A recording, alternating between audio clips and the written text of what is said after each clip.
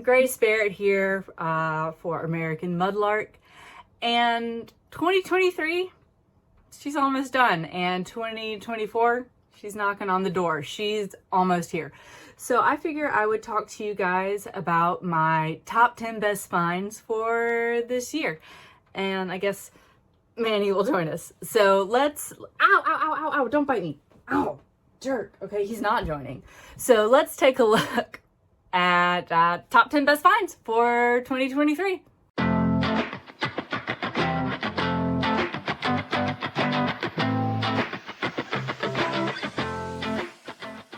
Alrighty, so starting out with top 10. Number 10. It's got to be all the pottery I've found. I've just found so much different pottery over the last year. A massive amount of it has come from the James River in Central Virginia. I mean, if you just even look at these pieces, and these are just literally, this is what, 6 pieces? And I have found well over 1,000 different pottery sherds.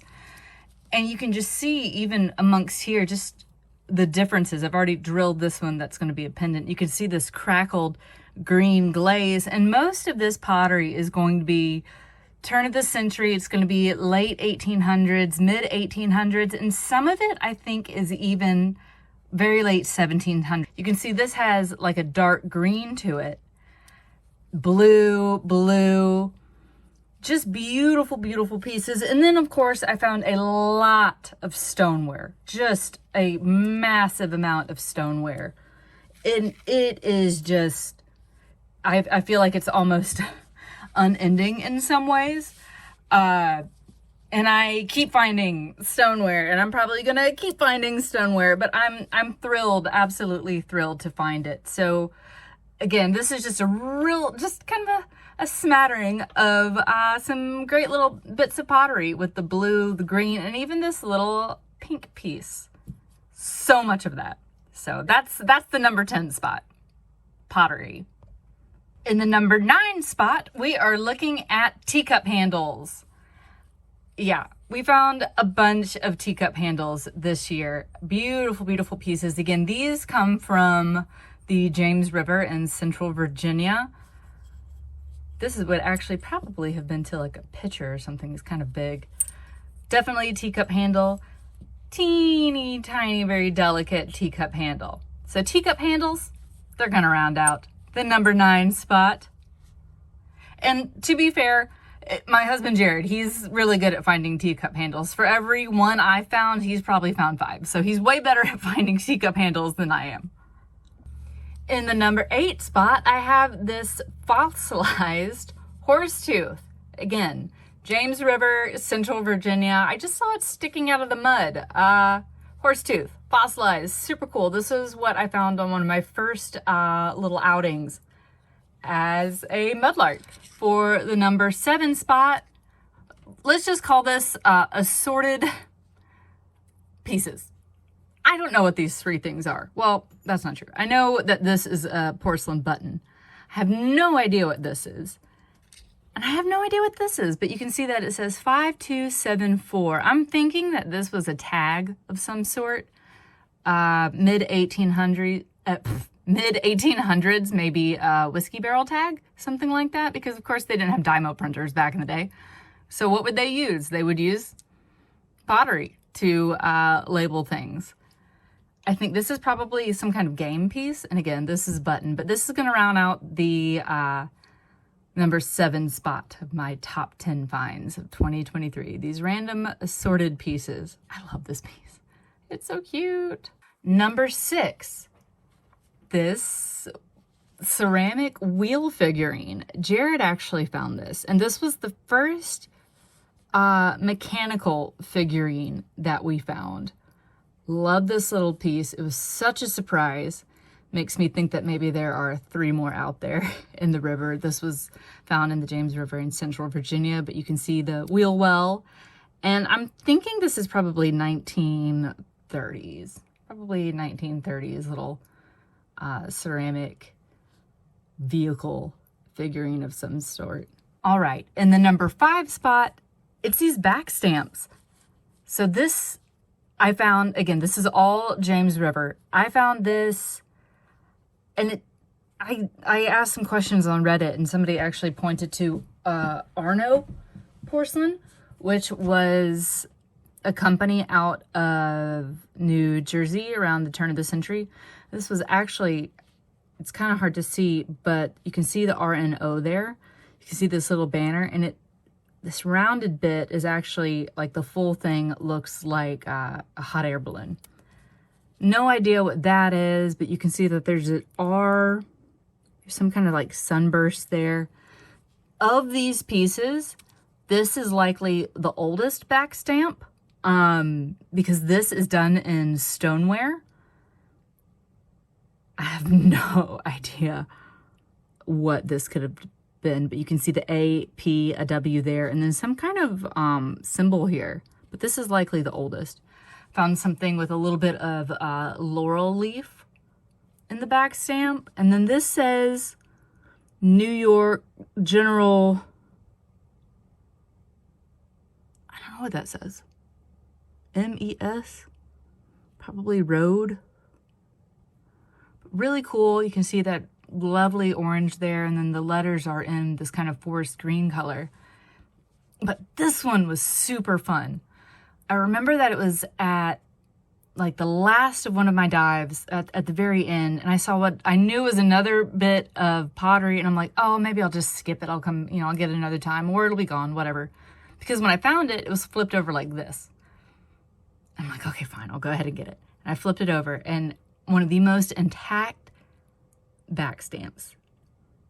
You can see the crown there, and this would have been made in England. I've got no idea in terms of date, but you can imagine I was absolutely thrilled beyond measure to find that. And it was the last piece of the day for that trip out. So these back stamps, they are going to come in at the number 5 spot. Number 4, it's got to be this really old, everybody knows the blue willow china. And I have found pieces of blue willow that are really, really, really old, particularly this piece. I'm not sure if all of these pieces are blue willow. I have my questions about this one and this one, but I know that this one is. And yeah, so blue willow, everyone loves it. And it was really cool to find pieces that are really old. I mean, these are easily turn of the century. So yeah, blue willow pieces found in the James River. They're going to take the number 4 spot. In the number 3 spot, we have some of my favorite finds from Dead Horse Bay in Brooklyn. Dead Horse Bay is a turn of the century dump. So by now, all the really nasty stuff is washed away. And what's left are ceramic pieces like this guy that we found out was from a chess set. And then hard plastics would be left behind, glass. This is a Waterman's ink bottle, probably 1940s. And I just love, love, love this guy, this little reading man. I can imagine that he was probably in some like diorama, maybe a railway, like a railroad set, sitting on a park bench reading the newspaper. So these are going to round out my number 3, or essentially the finds from Dead Horse Bay in Brooklyn, New York. Found some really angry uranium glass pieces. You can see them a lot better that way. Whoa. Yeah, so they were just really angry, glad to get them out of the shore. You don't want to cut yourself on those kind of things. So I was really glad to get those out. But yeah, so the Dead Horse Bay finds, they're going to take the number 3 spot. Let's see if I've got something else cool for... Oh yeah, here we go. Loved this. This was just sticking out of the sand. This little teacup with the couple in there. I'd say probably like 1930s, 1940s. Too bad it was missing the handle, but still really cool. And this was the kind of stuff that I pulled from Dead Horse Bay. Super cool. That's going to take the number 3 spot. And for number 2, yeah, these little figurine pieces that I found in the James River in Central Virginia are just darling. I dove into the water, I saw this a little bit from a distance, and I knew exactly that it was not a natural shape. And it's like a lion's paw or a cat's paw. It would have gone to some kind of figurine, who knows how old. Then this little chubby little doll leg, and this little hand, and you can see this hole there. It probably would have held some kind of flower, or who knows what it would have held. I have no idea. And this wee foot. So the little figurines, particularly these very recognizable type of figurines, they're going to take the number 2 spot. And the absolute number 1 top finds of 2023 are these matching doll legs. Found them in the James River. I found them at different times. I did not realize that they match. First, I had found this, and I guess I thought it was like a ceiling fan pole or something. And then a few weeks later, I went out and I found this, and it was so clear, even before I took it out of the water, what it was. I could see that there was this boot, this chunky little calf, and the bow, and this indent here where it would have been tied into the body of the doll. And so this is likely 1870s, just late 1800s dolly legs. But what was so cool is when I brought it home, it wasn't until weeks and weeks and weeks later at the end of the summer when my sister-in-law and I, we were looking through my finds, and we put 2 and 2 together. These are a match. Yeah, she's missing a foot, but not a ceiling fan pole at all. These are a match. This one had been bleached by the sun. I had found it on the shore, and this one had been in the water, and you can see how it was dyed by the river and just kind of chunks taken out over time.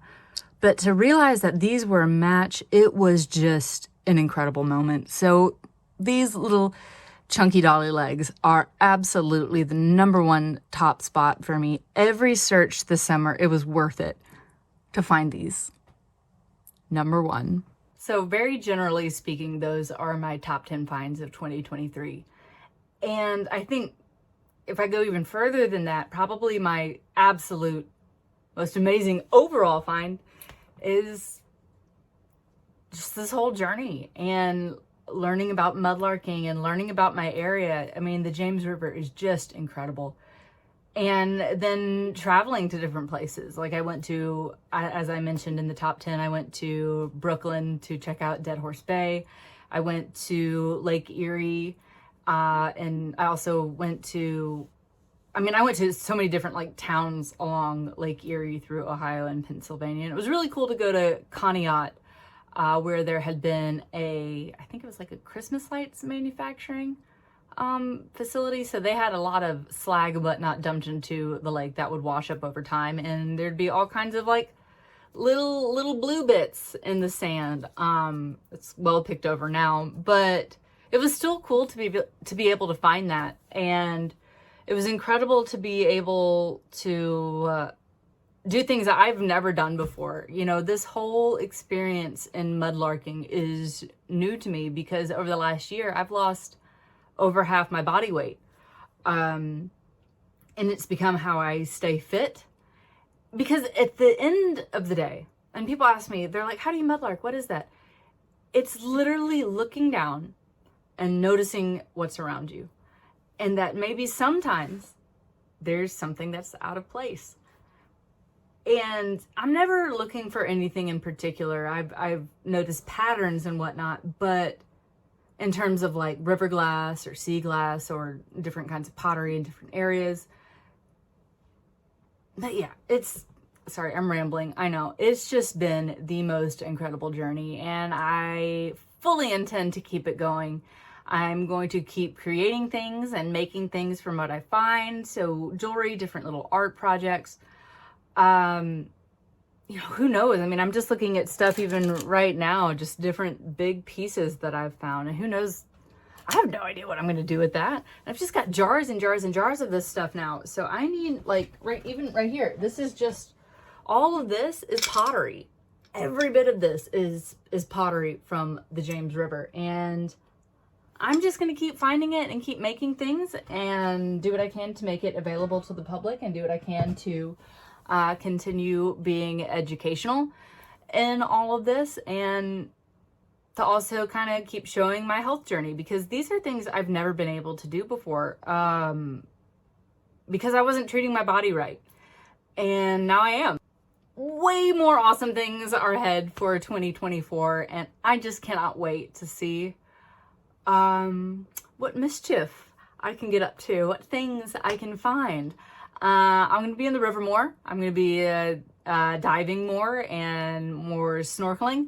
And I'm hoping to get to some harder to reach places on the James River. So I can't wait for 2024. I think it's going to be amazing. And I'm just really excited, and I'm really thankful. I'm so thankful for this journey, and I'm so thankful for all of you, and for people who have shown interest and who have shown appreciation and so much curiosity. I mean, that's why I do this. It's, yeah, the fitness is amazing and the adventuring is awesome, but it all comes down to curiosity. And I think 2024 is going to be a very, very curious year. So make sure to join me, and make sure to follow. I'm on Facebook, TikTok, all the stuff, YouTube. It's all American Mudlark, one word, on Etsy, American Mudlark. I definitely plan to get more products out. And I'm also going to get a way earlier start, because in 2023, I didn't start all of this until like the middle of July. Well, not this year, next year. I'm jumping in at like early May, probably April. It's going to be a little chilly, but that's okay, because I got a wetsuit this time. So yeah, thanks for joining the journey, and I can't wait to see what happens from here.